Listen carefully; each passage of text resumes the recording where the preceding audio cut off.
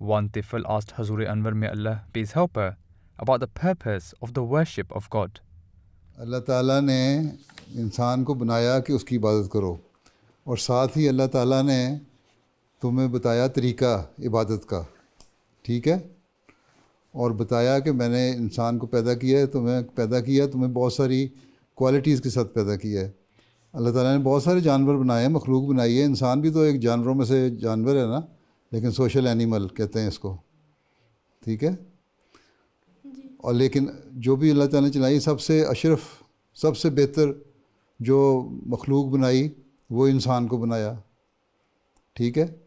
پھر اللہ تعالیٰ نے انسان کو عقل دی، دماغ دیا، سوچ دی، جس سے وہ نئی نئی ایجادیں بھی کر سکتا ہے۔ اس لیے دیکھ لو تم لوگ آج کل، کبھی تم جہازوں کی ایجادیں کرتے ہو، کبھی نئی نئی کاروں قسموں کی ایجادیں کرتے ہو، کئی کمپیوٹر کی ایجادیں کرتے ہو، نئے فونوں کی ایجادیں کرتے ہو، نئے نئے ایپس نکال لیتے ہو، نئی نئی گیمز نکال لیتے ہو، ہیں، یہ ساری ایجادیں اللہ تعالیٰ نے دماغ دیا ہے نا، اس لیے کرتے ہو نا۔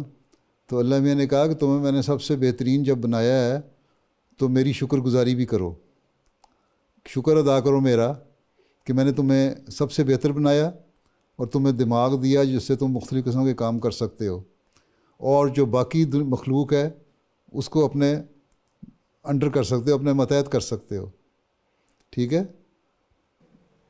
اور اس لیے شکر گزاری کا طریقہ اللہ تعالیٰ نے بتایا کہ تم میری عبادت کرو، میرا شکر ادا کرو، اور شکر ادا کرنے کے لیے اللہ تعالیٰ نے مختلف جو نبی بھیجے ان میں مختلف، ہر زمانے میں عبادتوں کے مختلف طریقے تھے۔ حضرت صلی اللہ علیہ وسلم کو جب بھیجا تو اللہ تعالیٰ نے آپ کے ذریعے سے ہمیں نمازوں کا حکم دیا، اور پہلے فرمایا کہ یہ 5 نمازیں، وہ لمبی حدیث ہے کہ پہلے کتنی تھیں، اس سے پہلے آہستہ کم ہوتی ہوتی 5 ہو گئیں، لیکن بہرحال 5 نمازیں ہم پر فرض کر دیں تاکہ ہم اللہ تعالیٰ کا شکر گزار بنیں۔ اور جب ہم اللہ کا شکر گزار بنیں گے تو اللہ فرماتا ہے کہ ایک تو تمہیں میں نے جو عقل اور سمجھ دی تھی اور ایک خوبصورت انسان بنایا تھا، اور ساروں سے بڑھ کے اپنی مخلوق میں سب سے بڑھ کے بنایا تھا، اس کی شکر گزاری کے طور پہ جو تم میری عبادت کرتے ہو، میرے حکموں کو مانتے ہو، تو میں تم پر اور بھی فضل کروں گا اور بھی تمہیں نوازوں گا۔ اللہ تعالیٰ دوسروں کو بھی دیتا ہے، دوسرے لوگ بھی جو محنت کرتے ہیں، کام کرتے ہیں، چاہے وہ اللہ کی عبادت نہ بھی کریں، ان کو بھی اللہ میاں دیتا ہے، لیکن ایک مسلمان کو، ایک احمدی مسلمان کو، ایک حقیقی مسلمان کو جو صحیح اللہ تعالیٰ کو ماننے والا ہے، اس کو اللہ تعالیٰ عبادت کا ریوارڈ بھی دیتا ہے کہ وہ دنیاوی چیزوں میں بھی اس کو بڑھاتا ہے اور اس کو دین اور روحانیت میں بڑھاتا ہے، اور اللہ تعالیٰ سے تعلق میں، عبادت کی وجہ سے پھر اللہ تعالیٰ اپنے ساتھ تعلق میں بھی اس کو بڑھاتا ہے، پھر اس کا ایک اللہ سے ایک خاص تعلق اور پیار پیدا ہو جاتا ہے، اور وہ پھر ہر بات اللہ کے کہنے کے مطابق کرتا ہے۔ پھر اس سے بڑھ کر اللہ تعالیٰ کہتا ہے کہ یہ زندگی جو ہے یہ تو عارضی زندگی ہے دنیا کی، تم زیادہ سے زیادہ 70 80 90 100 سال زندہ رہ لو گے، اکثریت نہیں ہوتی ہے، اس کے بعد آخر جو ہمیشہ رہنے والی زندگی ہے وہاں میں تمہیں پھر اس کا ریوارڈ بھی دوں گا اس عبادت کرنے کا، ٹھیک ہے۔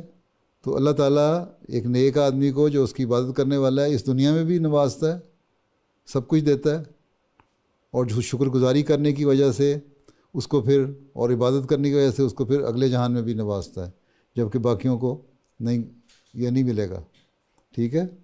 اس لیے ہم اللہ کی عبادت کرتے ہیں، ٹھیک ہو گئی؟ یا ابھی کچھ رہ گیا سوال؟ سمجھ آ گئی؟ چلو ٹھیک ہے۔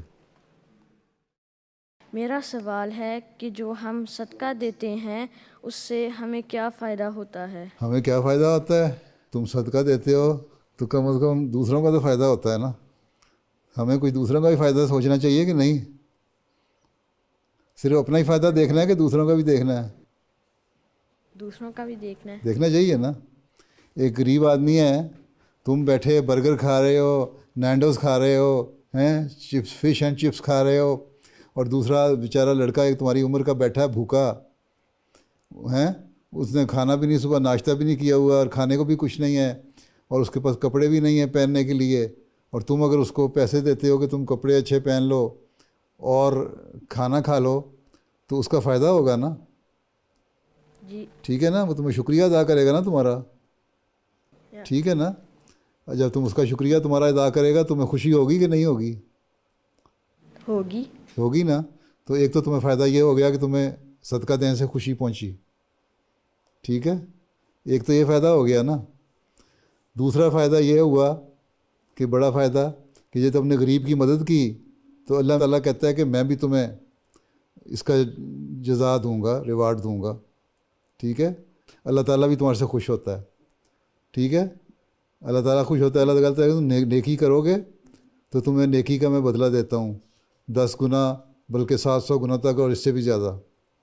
ٹھیک ہے, تو اللہ تعالیٰ بھی تمہیں نیکیوں کا بدلہ دیتا ہے. اللہ تعالیٰ تمہاری اس نیکی کی وجہ سے ہو سکتا ہے تم نے 5 یورو کسی پہ خرچ کیے صدقے کے, تو اللہ تعالیٰ تمہیں 500 یورو دے دے, 100 یورو دے دے.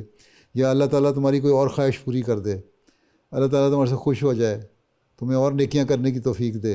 پھر ایک نیکی سے دوسری نیکی بچے دیتی جاتی ہے اور بڑھتی جاتی ہے.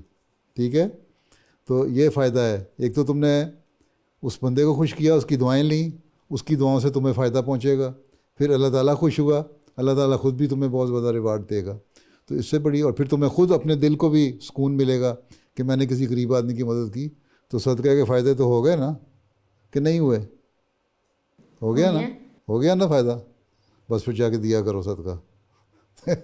جزاک اللہ حضور. ٹھیک. اسلام سے نہ بھاگو, راہ خدا یہی ہے.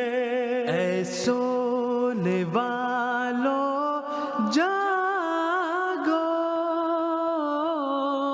شمس الضحیٰ یہی ہے.